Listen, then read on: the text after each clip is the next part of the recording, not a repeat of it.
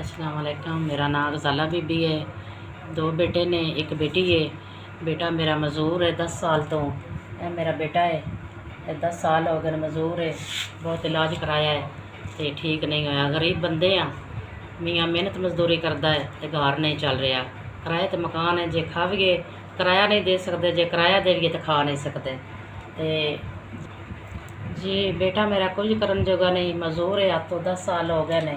मियाँ मेहनत मजदूरी करता है, फ्रूट की रेहड़ी लाता है, ले आउन तो खा लेवीदा, ना ले आउन तो अल्लाह के आसरे बैठा रहीदा। तो जी 2 बच्चे ने, बेटी बेटा ने, वो पढ़ते ने। बहुत हालात माड़े ने, नहीं पढ़ा सकते उन्होंने। तो जी हालात ऐसे ने, सबर शुक्र करके हालात जो अपना टाइम गुजार रहे हैं। अल्लाह ताला कट्टे दा मुसीबत है, अल्लाह ताला देवे दा, गरीबां भी सुने।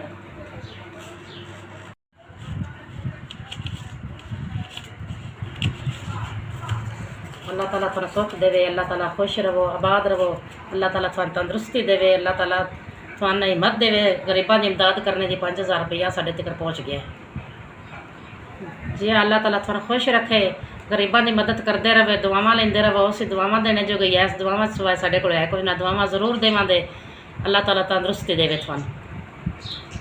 जी जिवें मेरी मदद की जे, अल्लाह ताला थोड़ी हिम्मत देवे माड़िया बंदियां की मदद करने की। अल्लाह ताला थोड़ी मदद करेगा।